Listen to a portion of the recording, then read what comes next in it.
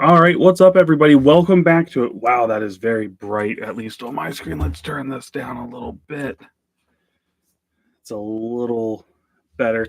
I have a new monitor, and well, I look kind of goofy on it. Let's mess with this. Anyway, guys, welcome back to another live stream. I hope everybody's having a great day. I hope you guys all had a great weekend. As normal, guys, we're going to get into this. We're going to do a lot of Powerstroke questions.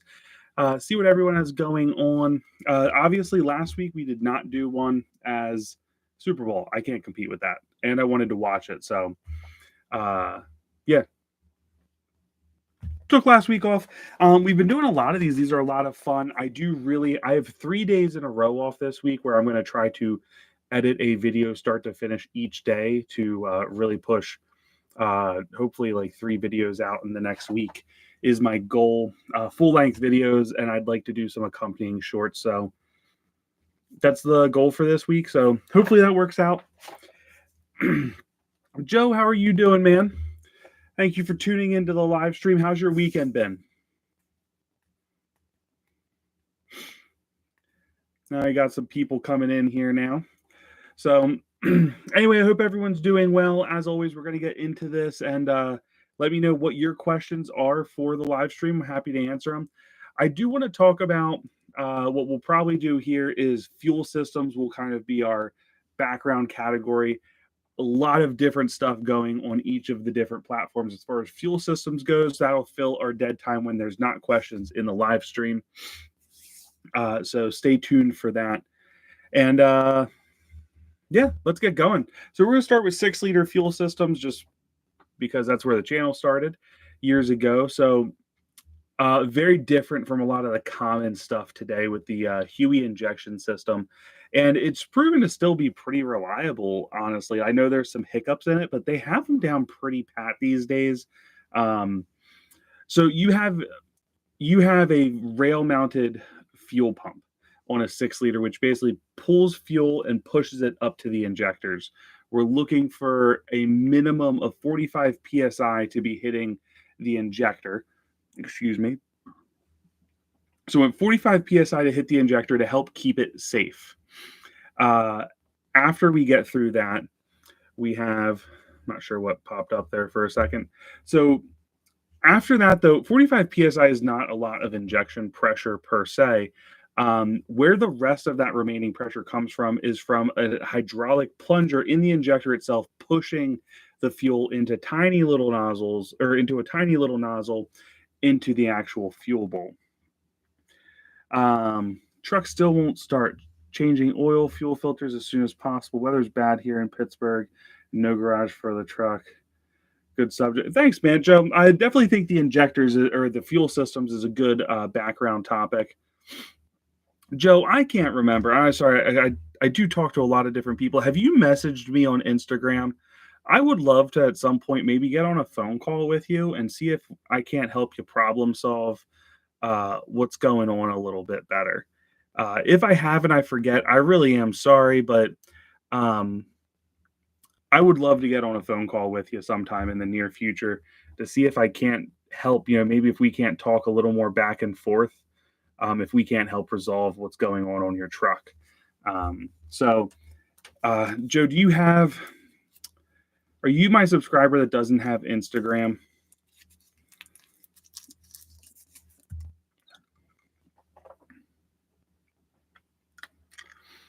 Joe, if you can either reach out to me on Instagram or shoot me an email. I'm going to type the email address. Like I said, I'd love to get on a phone call with you, and maybe we can help kind of problem solve what you have going on and get your truck up and running. So I'm just, I'd like to help you. That's part of what the channel is. Email, hit me up on Instagram. Either or is perfect, but like I said, we're gonna work on getting your truck running when we have that conversation. See if we can't make something happen. On the topic back on injectors, Joe, anytime, man. Happy to help. So with the injectors that we were talking about here, you got that 45 psi up to the fuel bowl. That is enough to keep your injector safe on a 6-liter. So one fuel pump. what would almost be like the high pressure fuel pump on like a common rail is actually a hydraulic pump. So the high pressure oil pump is what creates the rest of it. So that can create like 3,000 psi in and of itself. That pushing through the injector to push that fuel out those small nozzles or small holes on the nozzle is what actually creates your final fuel pressure. I forget how many thousands of psi of fuel pressure the 6 liter is calculated to go up to, but it's more than a lot of people would think. So that is kind of an overview of the 6 liter fuel system. We're going to compare that to the 6.7, similarly so to all common rails, honestly. Now, on a common rail engine, you don't actually need a lift pump. That is a misconception. Ford has lift pumps on their common rail engines, but technically a CP4 or a CP3 for other makes will draw fuel from the tank. It will suck the fuel up and push it out to the injectors. However, lift pumps are shown to increase reliability to those actual high pressure pumps. So, which Ford does have on the 6.7.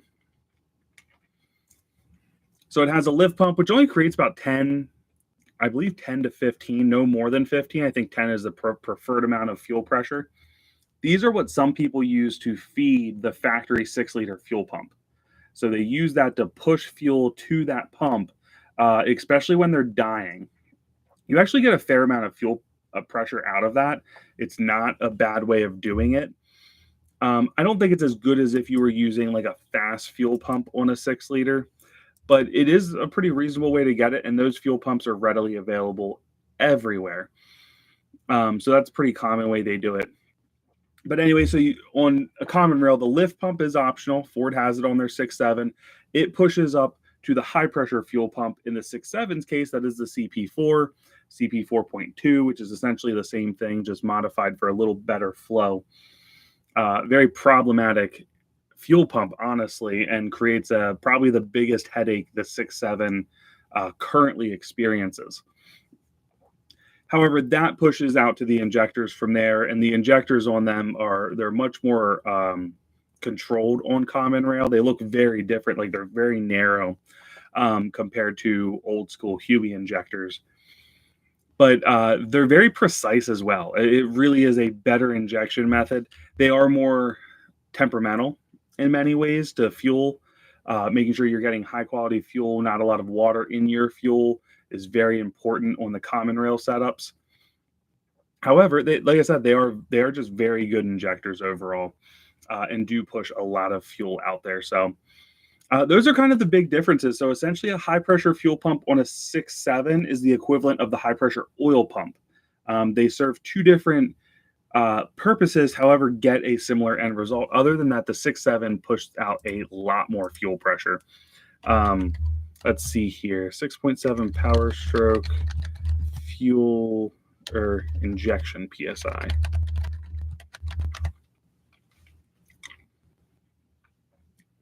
$29,000 PSI. Let's look up the 6 liter. That's ICP.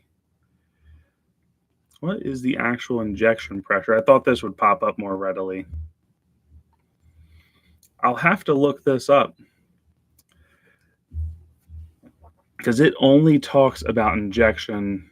Maybe if I do fuel.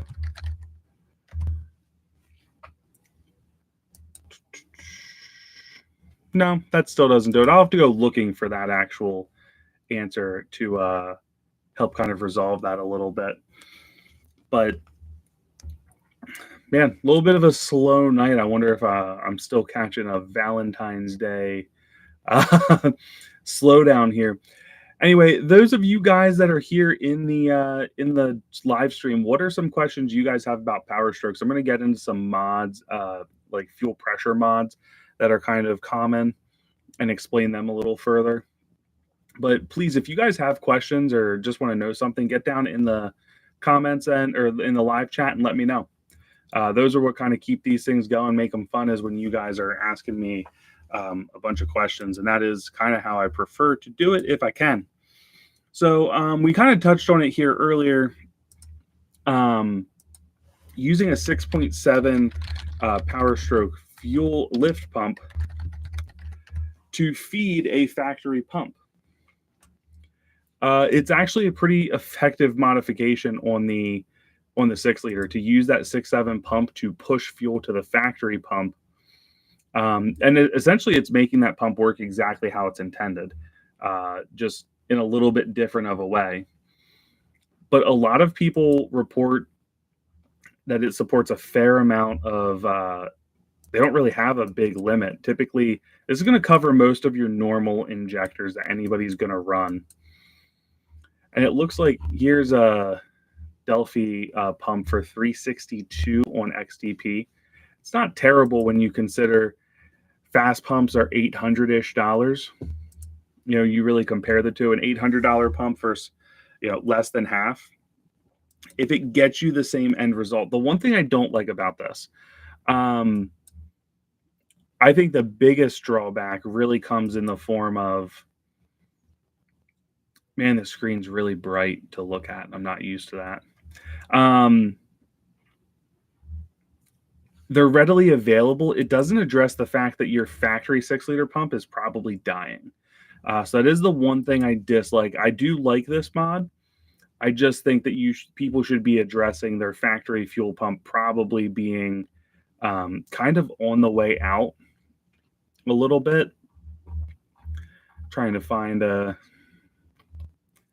just double checking the prices of these factory pumps if you can find them cheaper. I found a more expensive one, but we don't want that. We're trying to see if there's better deals out there, not worse.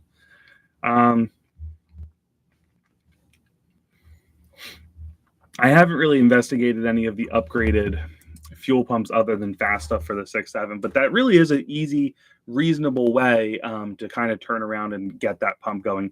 You'll need to buy wire, so you might have a little more in creating your own wiring harness to feed the lift pump. But all in all, pretty reasonable mod. That's probably one of the more popular ones out there. There isn't anything like that for the 6.7. And there isn't any other kind of way that they do that on the 6-liter. Basically, from there, you're looking at Fast, AirDog. I believe there's a few other companies out there. Let me quick look some stuff up.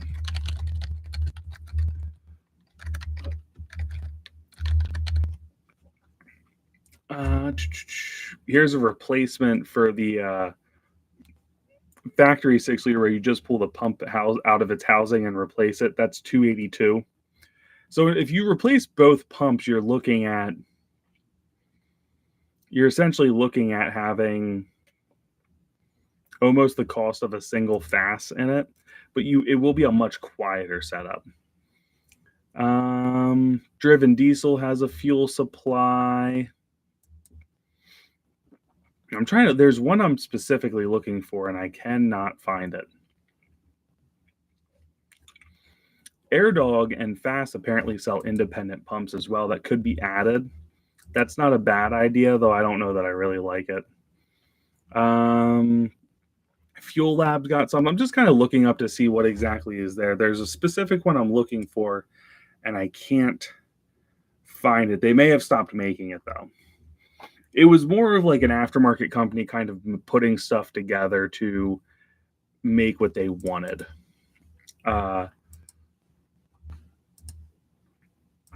Yeah, doesn't look like anything else is really there.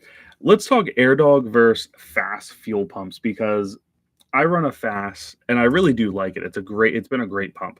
It even sat for a long time and has been flawless. We're going to start with price comparison and just kind of see what is out here.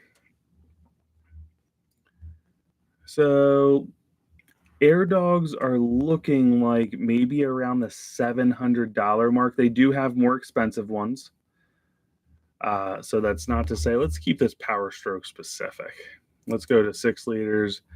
Let's find fuel pumps for these. Let's just see what we come up with. Here we go. 816, 759.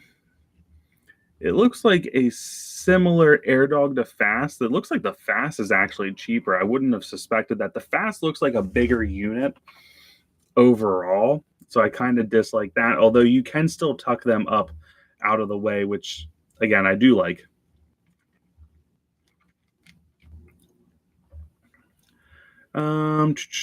Now Fast does have bigger ones out there that do get more expensive as well. Does AirDog only really have one main pump for us? Because that's kind of goofy if that's all.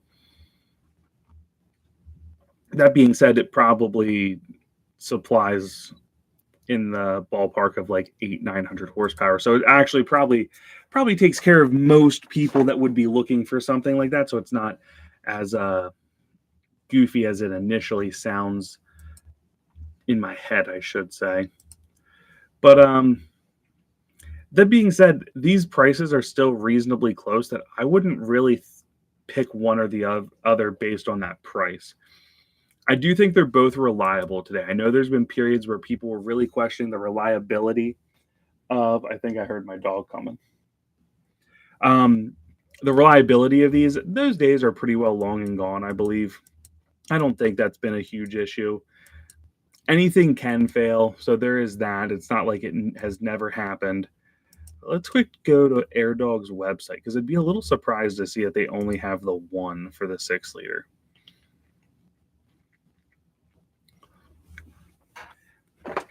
AirDog 1 4G. They're having, so this is, oh, that's a 6.4 kind of thing. Now they have, it says new AirDog 2 5G, but I feel like this has been new for like the last 10 years. And now this has all of them, 6-liter, 6.4, 6.7, and 7.3. So 6-liter, they only have one for the 6-liter.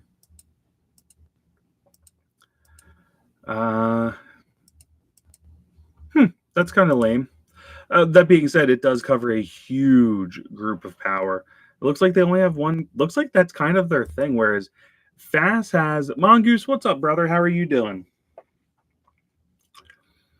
Fast has them for a lot of different setups. Like they have some smaller setups, and they go pretty big. So yeah, that's a little over $800 for 165 gallon per hour pump. Now let's run over to Fast fuel systems and see what we got going there. Now the short answer to this is Fast has a bigger range.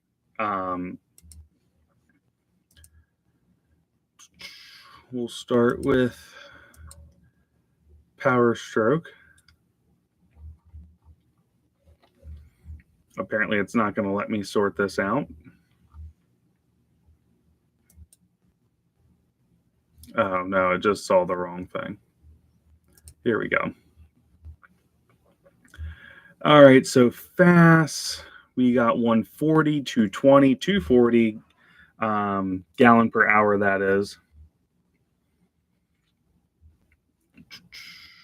So they do have like three different options for you, which seems a lot more reasonable for what you might do.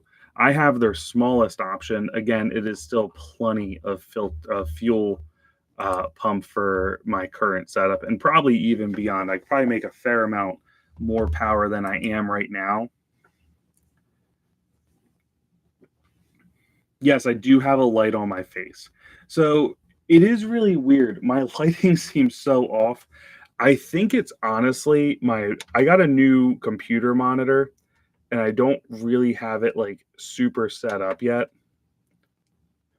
See if I bring this. What's up, Joe? How are you doing, man?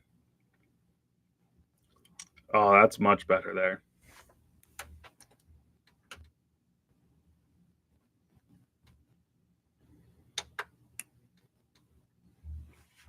That looks so much better to me. You need some sunlight, brother. It's wintertime. It's hard to get sunlight right now.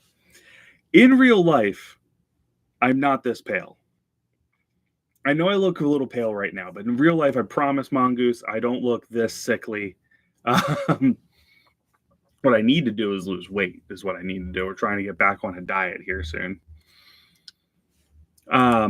Quick little side break from the fuel system stuff, as much as I do love it and I do enjoy talking about these topics.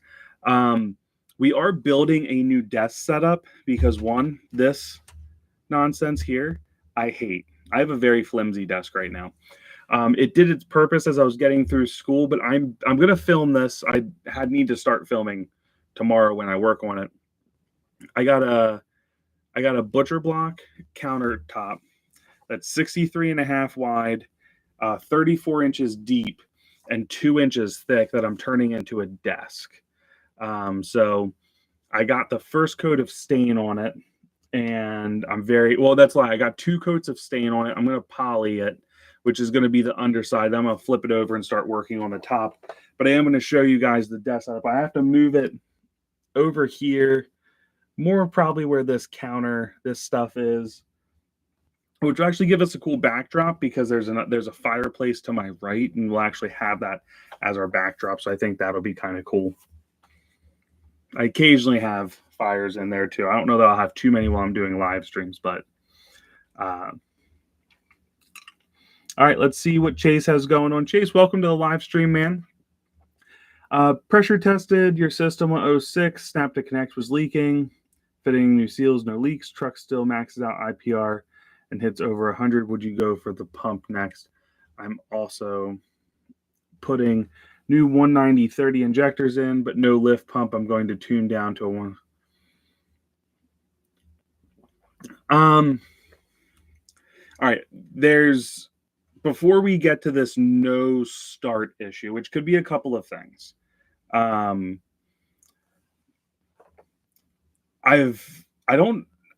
shouldn't actually ever hit 100%.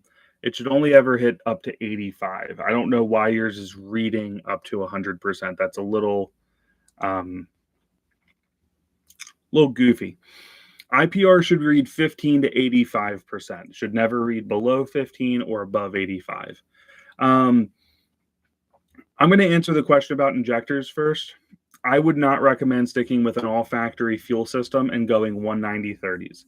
It's a decent-sized injector. You're talking something that is capable of pushing out about 600 horsepower if you have the rest of the supporting mods. So I would not leave that completely alone. What I would recommend doing is at least getting a regulated return and make sure you have something that permits you to monitor your fuel pressure.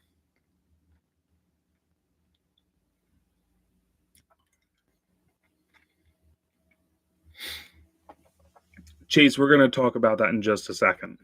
I'm going to finish this. That's good information because I did misunderstand what you were saying. So thank you for clarifying. So at a minimum with a 190/30, you should have a regulated return system on it. You don't have to do the fuel bowl delete setup, but you need a true regulated return that takes the deadhead and the cylinder heads and turns it. It allows fuel to push right through that cylinder head and out the back. It gives air a place to escape, one, and it also does help you really manage fuel pressure, and you tend to be able to read fuel pressure off at a closer point to the head than other setups permit, which is important because that's what's actually getting to your injectors. If you're tuning down to a 175/30, after that, like after making sure you have the regulated return, from that point on, you're probably okay, but you're going to want to make sure that you have a fuel pressure gauge in your truck. So most of those regulated returns come with a fuel pressure gauge, but it's under your truck. You can put a sensor in there, an electronic sensor, and run it into your cab. That's what I would highly, highly recommend doing. From there, you're probably okay. Make sure you're seeing a minimum of 45 PSI, no more than 75. And I would say like 50 to 55 is probably ideal for most people. This is something I need to mess with on my truck more, but I need to finish installing pressure gauges. Let's talk nitrous oxide. We'll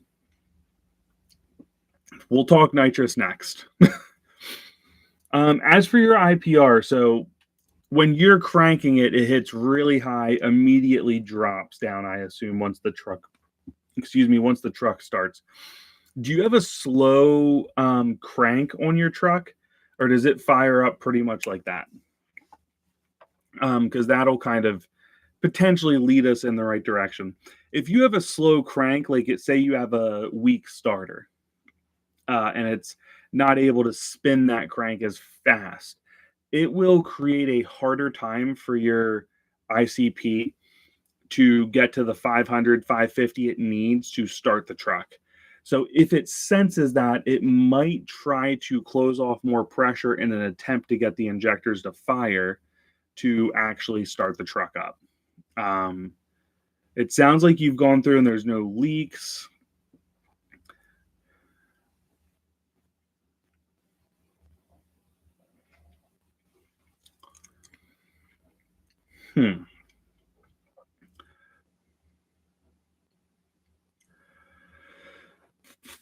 So sometimes it starts right up, sometimes it takes 5-ish seconds. When it takes the longer time, does it feel like it's cranking as fast?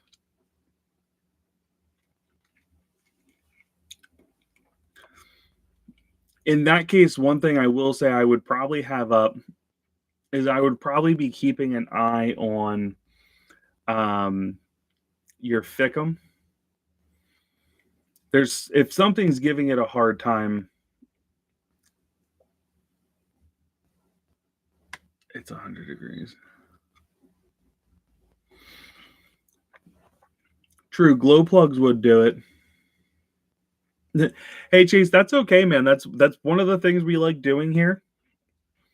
I would say this. I would make sure on some kind of monitor I'd have the following up: battery voltage, voltage, Fickum sync, cam sync, ICP, and IPR.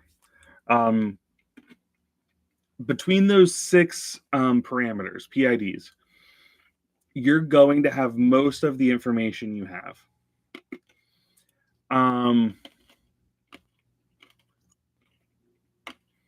Because the truck's going to keep trying to build pressure until it starts. Just how it'll work. But I don't know if this is where I would need the other information. I don't know if the IPR would still command shut like that if there was another reason for the lack of start. So if, for instance, here's my theory. I wish I could test this right now. So if your truck isn't starting, but you've achieved 500 PSI, will IPR go closed because it senses the truck didn't start as fast as it thinks it should? Now, if it's finding that based on like a cam sync error, which can be intermittent, I had one at one point, the truck would start, but sometimes it would take 8 seconds to start. So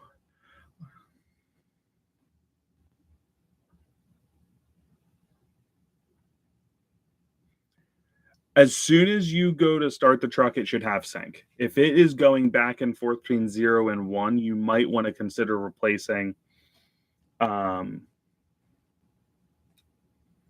Okay. So Chase, I think that might be your issue. You should never, I will say this, I do know you should never lose cam sync. So the sensor is on the driver's side up towards the front. Let me see if I can look up specifically. I believe crank sensor is in the rear. Cam sensor, I believe, is up front. And the cam sensor, I believe, is the one. Driver side of the engine behind the power steering pump, yes. It is a bit of a bear to get to with a hot engine.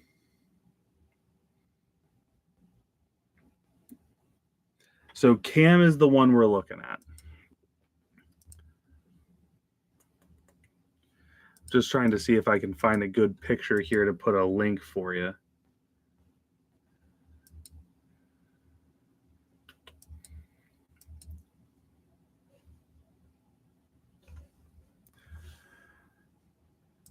But I can't guarantee that that is your problem. What I can guarantee is that you should replace it, because that is definitely not helping you, at least now.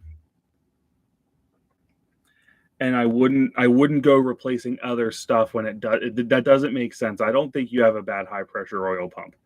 I think you'd have other. Rob, the crank sensor is hard to do when it's out. When I had the engine out this last time, or when I did the whole project, when it came together, we replaced all the sensors. Everything got replaced, and I was kind of happy because I wasn't trying to replace that crank sensor.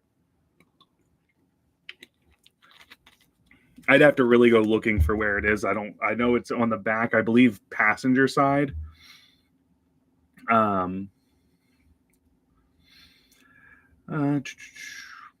What's the setup to have an electronic sensor? Can it show on an SCT?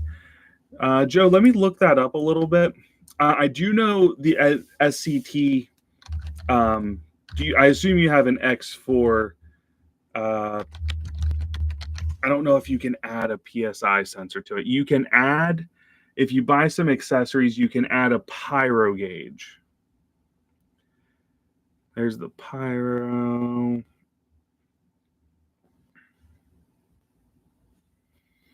I don't think you can add. It's behind the AC compressor. Screw that. That sucks. Unless you need to just pull your AC compressor off to replace that, then it's not as hateful, I guess. From a quick search here, Joe, you can't put an electronic sensor like that on the SCT. I do know, I would look into this further. You can add an EGT probe to it, and it'll read that with some extra stuff. If you want the easiest thing, I know some people hate it, but GlowShift makes a really nice sensor that I'm a big fan of, or a pod, and it's a 3-in-1. You can get boost, exhaust gas temps, and you can get 2 PSI readings. One's boost, one for fuel pressure, and then an exhaust temp. And I think that's the go-to move for monitoring if you're looking for like a budget. Anyway, that is probably my favorite. They make single gauge pods that sit just on the A pillar, nice and down out of the way. That's a pretty reasonably affordable way to monitor those parameters that aren't necessarily easily monitored. Boost, yes, you can monitor that pretty easily, but it has its limits on the factory setup. There's other kits to be able to expand that, but this is kind of a nice one that it's just, it's there and it's done. You don't need to mess with a whole lot extra. Sorry, guys. I know I'm getting a little behind in the chat. I promise I'm going to get up and running. Jason, which hpop would you recommend? The Thumper 2, 1, or Stage 2? Jason, I would Jason, are you replacing it because you want to upgrade, or are you replacing it because you think it's bad? Let's look at the price difference, because that'll be part of what helps me determine this. Because, man, is that Stage 2 salty. And I'm not saying it's not worth it, just $1,400 with a core required. I do get it, though. Like, there's not many people modifying this, so I get why you want to have it. $400 to just have the Stage 2. Here's what's tough is a Stage 1 will flow enough to run 225 injectors. That's a pretty big injector. Most people are not going to go that big on their injectors. So in that case, it's hard to say spend $400 additional to get a Stage 2 over the Stage 1 when a Stage 1 is going to most likely take care of what you need. Now, if you're really worried about it, you could go Stage 2. It's hard to justify that cost when a Stage 1 is already able to do as much as it is. Trying to find it on their website here. We'll just go to this one. I just want to make sure that there isn't a minimum injector size for it.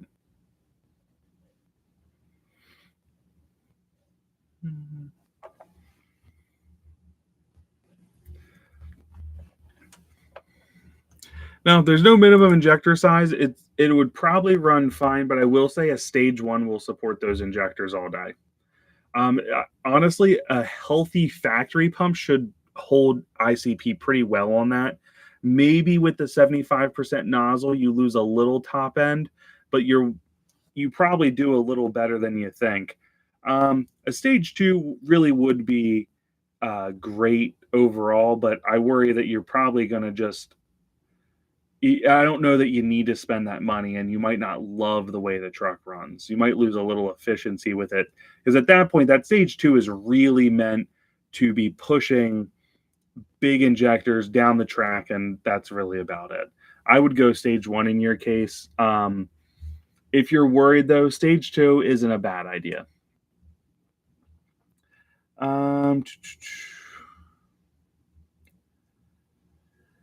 Even when the truck is running, it goes back and forth.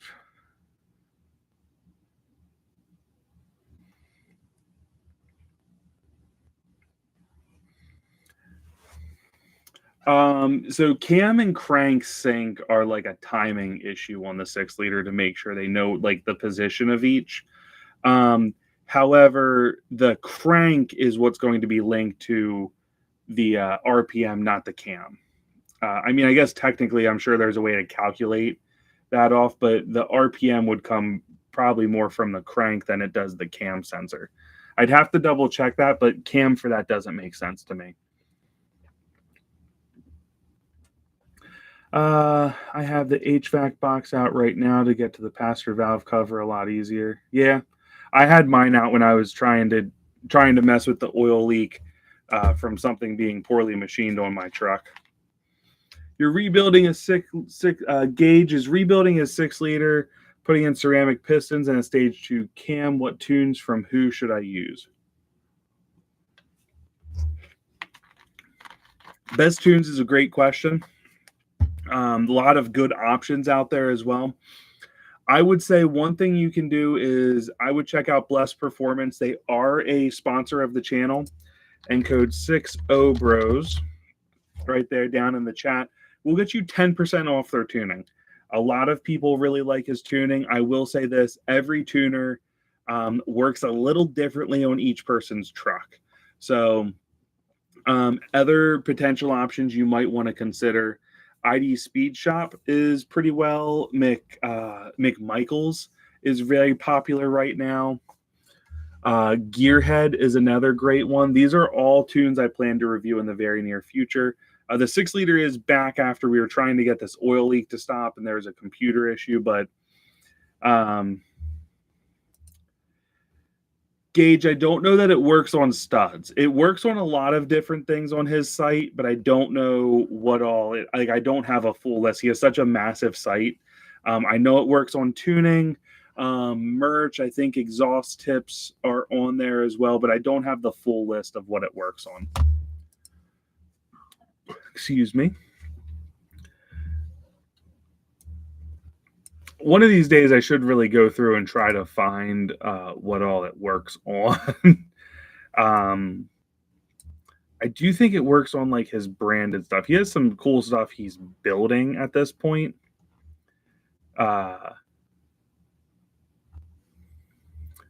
Like these cow wires.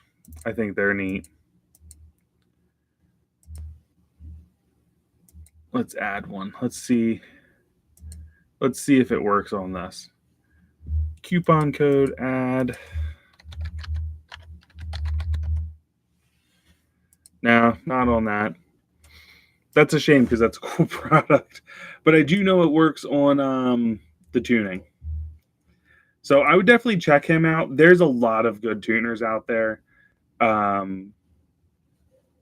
can't find his tuning right now. I just had it up a minute ago.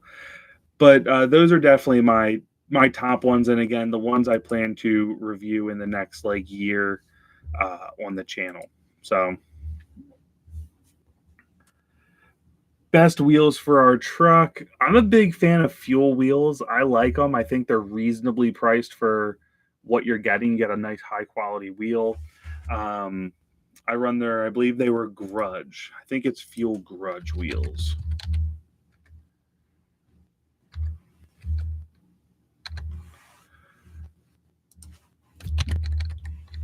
Nope, it's not Grudge.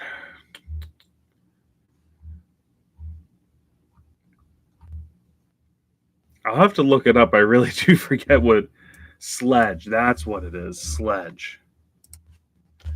I think. Oh yeah. There they are. Fuel Sledge wheels, 20 by 10s. If I would probably go back and do 20 by 9 instead, just because you don't need to go to a 12.5 inch tire and you can still get away with not having a stretch look. I don't like stretch look wheel on wheels on the tire itself. So I probably would do 20 by 9s if I were to change that up again in the future. You have O-ringed heads. I don't believe it works on the O-Dog intake, although the O-Dog intake is worth every penny. What would cause one injector to clatter and the other 7 are dead? Thought it was your ficum. I put new ficum in, and a few were clattering, but very weak after.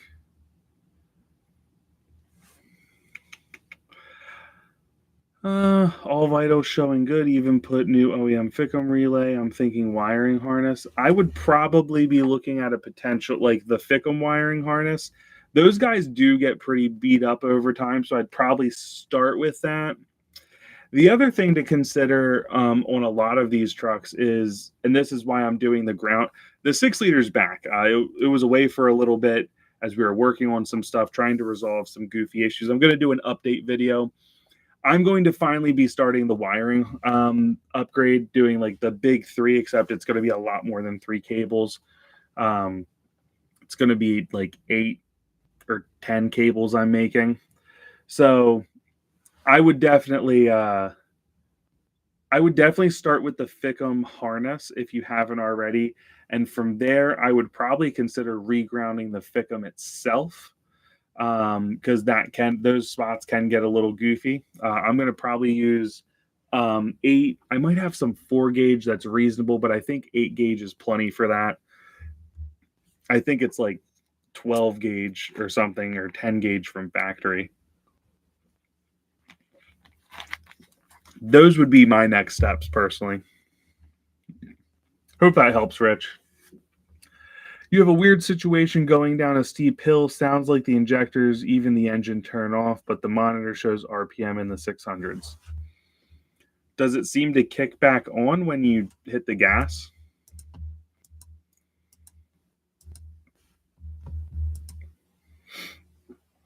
I have this weird thing happening on my screen every little bit where like it looks like it's glitching. I don't like it. I don't know if my computer does not like the new monitor setup. So it's only when you go downhill. If you give it gas while you're going downhill, does it like kick on and give throttle? Like, I mean, I've had them get kind of quiet when there's very little load on them and there's a fair amount of road noise. It's so windy here. I can hear it coming from my chimney.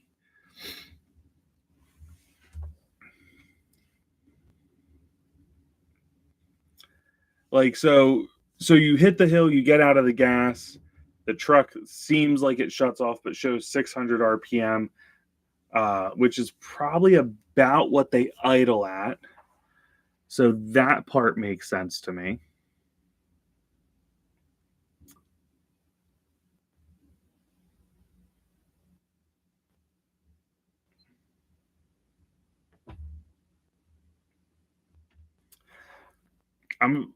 I just have to stop for a second and say, if my graphics card is even dying, I'm going to be livid.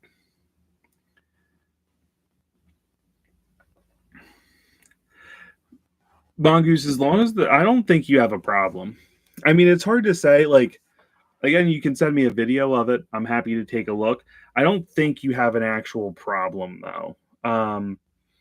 I kind of know what you're talking about, where it's like, why is my truck so quiet all of a sudden? But I do believe it just does that. Called D-cell fuel cut.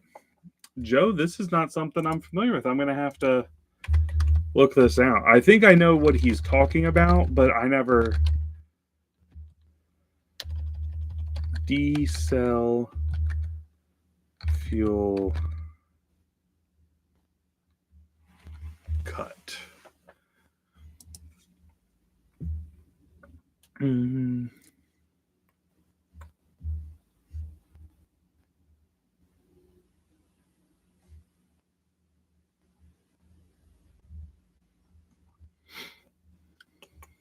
I'm just quick looking up to see who's talking about. I'll have to D-cell fuel.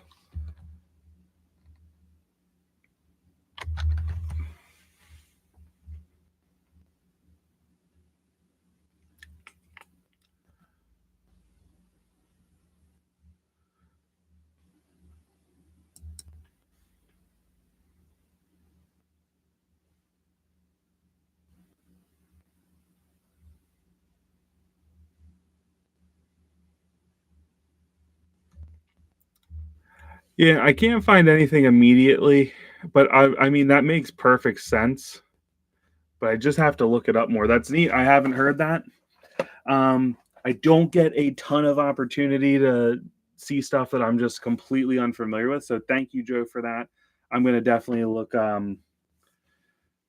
into that more. But that makes perfect sense. I know it's a thing on other vehicles. And there's a ton of stuff that pops up for other vehicles, and I'm just having a hard time finding the 6 liter stuff. But that makes perfect sense to me, because there are times the truck just sounds a little goofy going down a hill where I'm out of the throttle. But Mongoose, as long as everything else is working right, I wouldn't be worried, because it doesn't sound like you have a problem. More just an instance that probably is like, this is just weird to me. Your opinion on a 6.7 starter on a 6 liter? I love it so far. Also, any recommendations on exhaust manifolds and up pipes on my 06 Powerstroke? Yes, Jason, I do. So here's one thing: the 6.7 starter and the 6.4 starter, essentially the same starter. Spec wise, they are. There isn't really benefit to one over the other. They are both massive upgrades for the 6 liter. And my new starter that I have on mine is actually got an issue. Like, the stud that you tighten down the power wire to is like spinning, giving it a slow crank here and there. And then you can tighten it up, but you can only tighten it up so much before it loosens again or starts spinning the stud a little bit. So I'm going to be replacing mine. I'm probably going to go look. I'm probably going to pull. Well, heck, while I'm here, why don't we pull up eBay now? Because I'm probably going to buy just a used starter. Mainly because why not? I don't know if there is a 7.3 starter we will not be buying.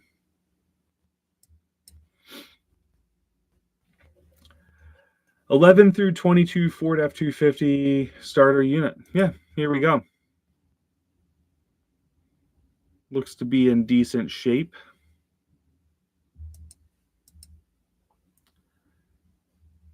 Now, one of these bolts I have to do something different on. I forget which one it is. I'll look it up.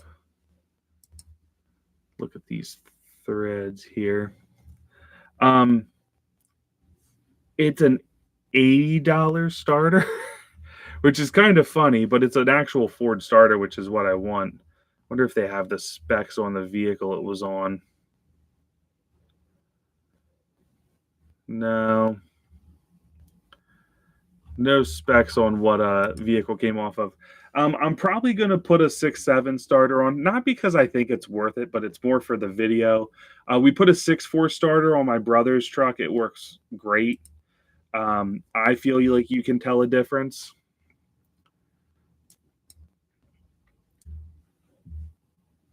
Here's another Ford starter, although this one looks cleaner, but somehow in rougher shape. Which, I mean, part of that's going to happen when you're looking at used start. Just to be fair, I'm looking at used starters. Uh, so, of course, not all of these, like, it's not like they're going to be pristine condition wise. But I also don't want to spend a bunch of money because I also might turn around and put a um, other starter. I might put the 6.4 into just to kind of compare the two, which is kind of what I'm looking to do. Some of these are in really rough shape. The other option that I think a lot of people don't look at was amazing that the injectors make all that noise. The truck goes dead silent. Yeah, that's true.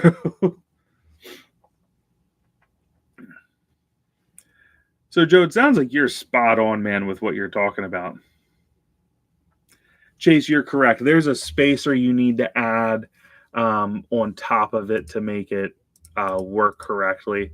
There's people that sell a little kit for it. It's not like a super big deal.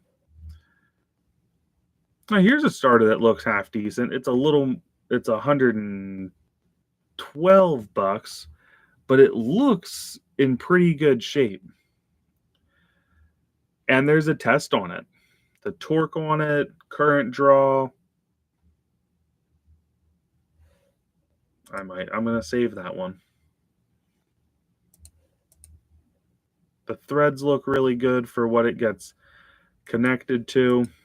So this will probably be what I end up putting on the truck is a 6.7 starter. Let's just quick look at 6.4 starters and just see.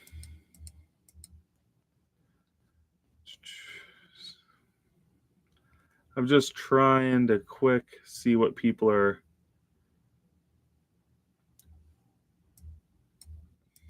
Well, that truck went through it. That was a bad accident. Yeah, that thing's wrecked. Anyway, but they're, in all honesty, they're essentially the same starter. There's no reason to go through the hassle of the 6.7 starter. The other thing to consider is they now make high torque starters. That's just a thing.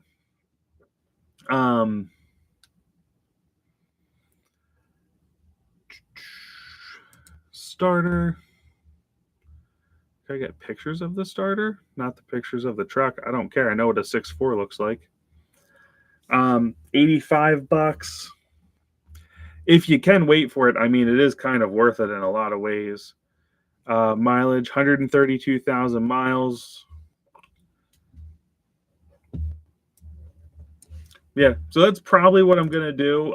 Again, just the reason I'm definitely going used is more because I might turn around and buy another one just to put on.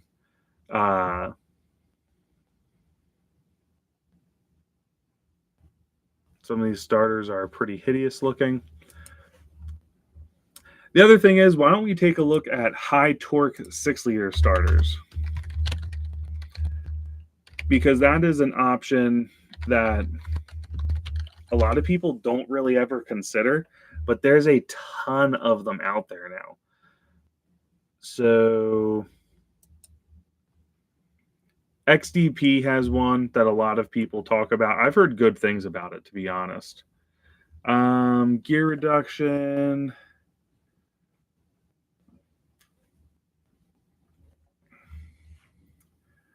I'd love if someone listed the specs. How much are they how much torque are they supposed to be making? I'm sure it really is out there somewhere. I just don't have it like readily available popping up. But yeah, these are probably more reasonable than Ford factory ones. So the Extreme Diesel one is 280. That doesn't seem hateful. I think a Ford, like, you're probably not getting a Ford one around $300. But that's an option. And it probably works pretty well. Mean Green has one for $419.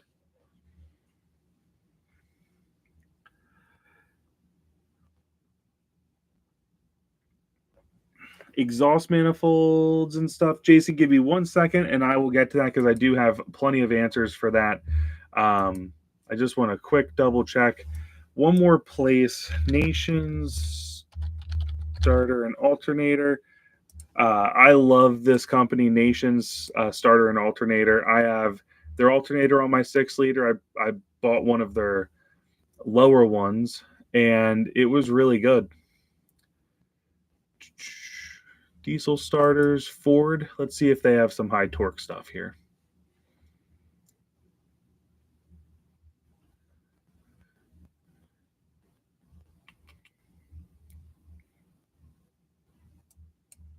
They could be better about saying which is for, this is a 7.3 starter. It's this one here.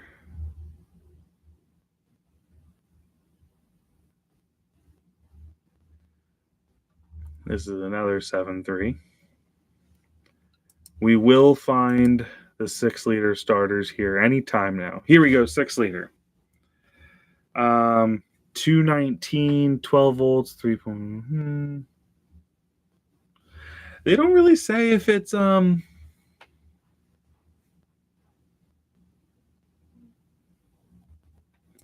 torque. None of these really look like it's gonna fit. And they don't have,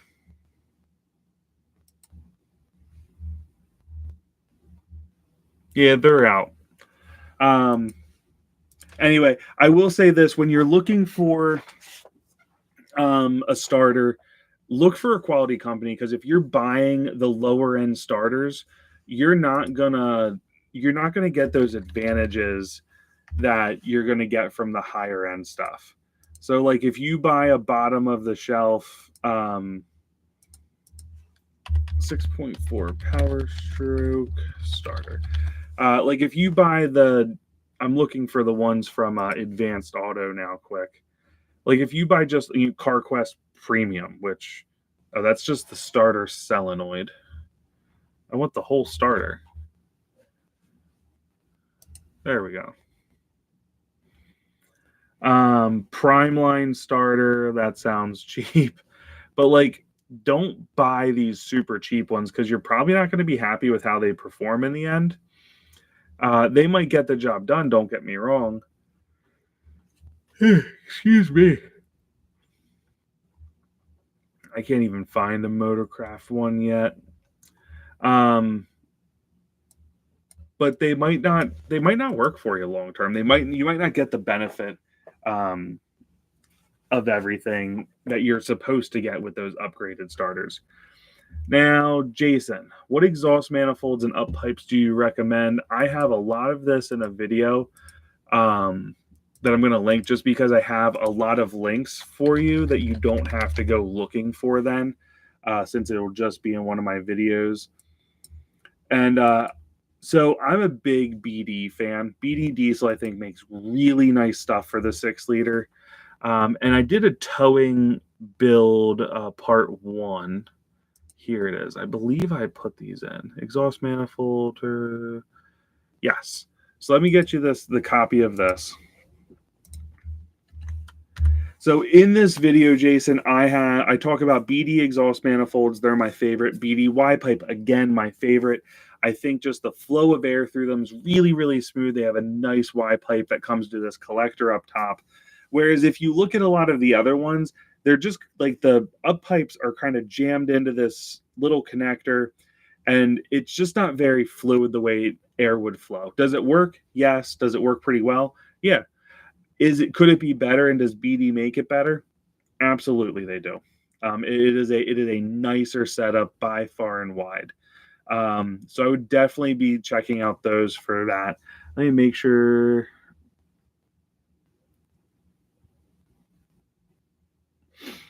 So yeah, BD Diesel's where it's at. I have plenty of miles on mine. They've been through the ringer. They work great.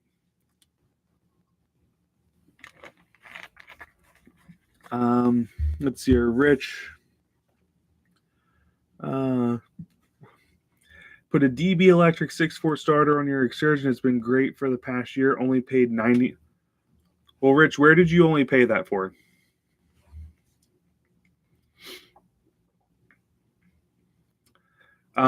Jason, so they do have a provision for an EGR cooler. I can't really talk about it, but I can say I know people get around it.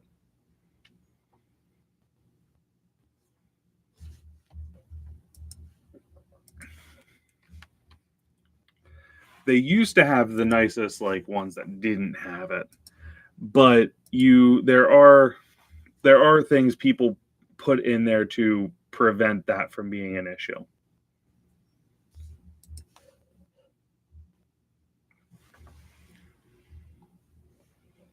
Can't quite tell if my transmission has a torque converter shutter or if my drive line angle is off by just a 1 inch over factory rear block. You'd be surprised how sensitive that can be with when you add that to it on that 2-piece drive shaft. You really would like. I mean, truthfully, it's a little annoying how sensitive it is over that. I would try just a drop bracket to see, because one, if you did add something, I think it's like a 1/4 inch you're supposed to add per inch. It's reasonably inexpensive to do, but well, now I have to go check this out.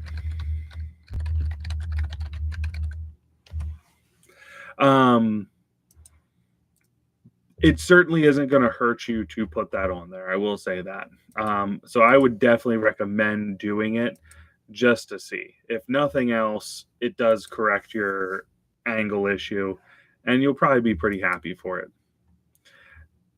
It might not be the fix, and if that's the case, you just kind of move from there. I will say this. I would be a little surprised to find out that you have a torque converter shutter. They're pretty solid setups. I don't see what you guys just talked about on here.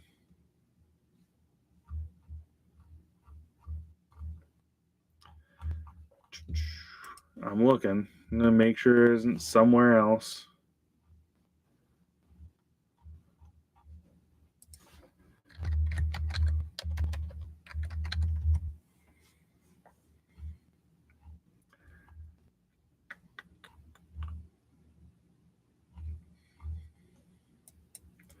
Oh, I'm not searching through that many products though.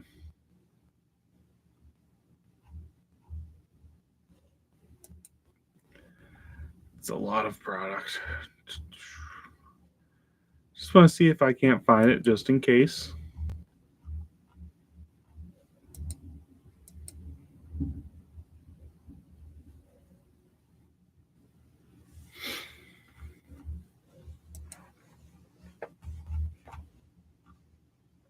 I don't have it in me to keep searching through all of them, but no. Yeah, I would double check to see if your lift angle just isn't a little too much for it. That's probably where I'd start. I also want to look this up. DB Electric.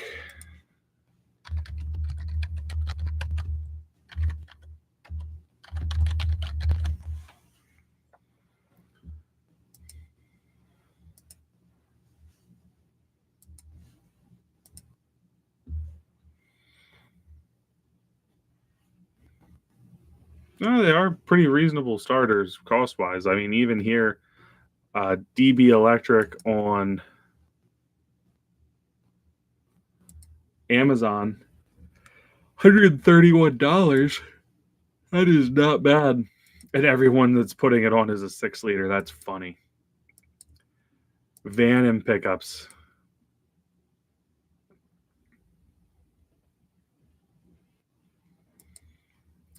Well, maybe this is I mean, at that cost, maybe this is what I really need to be doing. I hear somebody not happy with it. He doesn't think that's how it's supposed to look, and it looks exactly how it's supposed to look. How long have you had the DB Electric one on? I'm not super familiar with them, to be honest.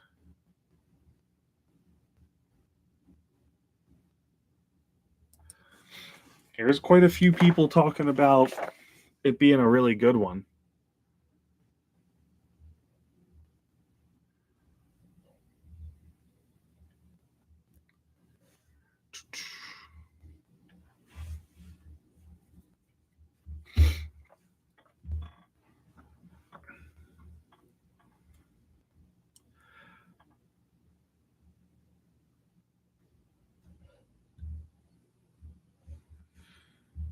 Looks like a lot of people over the years. This is pretty recent thread about people still looking for used ones.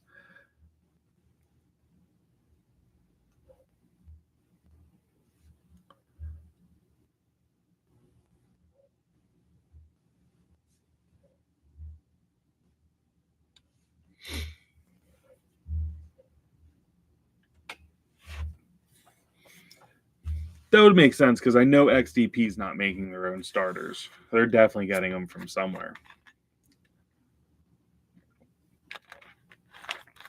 I got the one that you can add plates to. Oh, okay. So you do have something for that, Joe.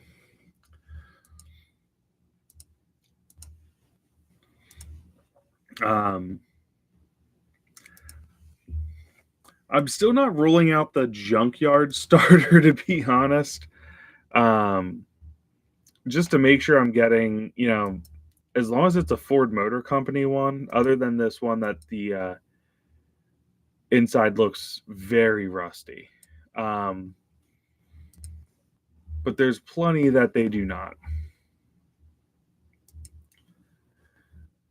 So I will probably go through and do Jeep. What the heck's that showing up for? But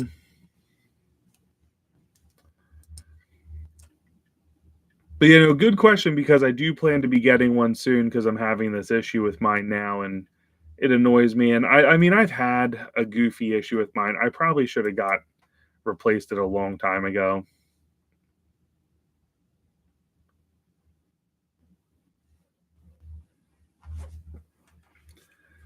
I mean, it is better than buying a $500 new one, which is crazy.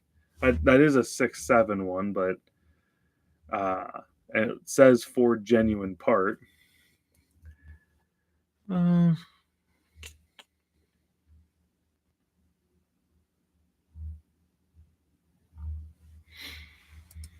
Yeah, so we'll see. I do need to look into this a little more.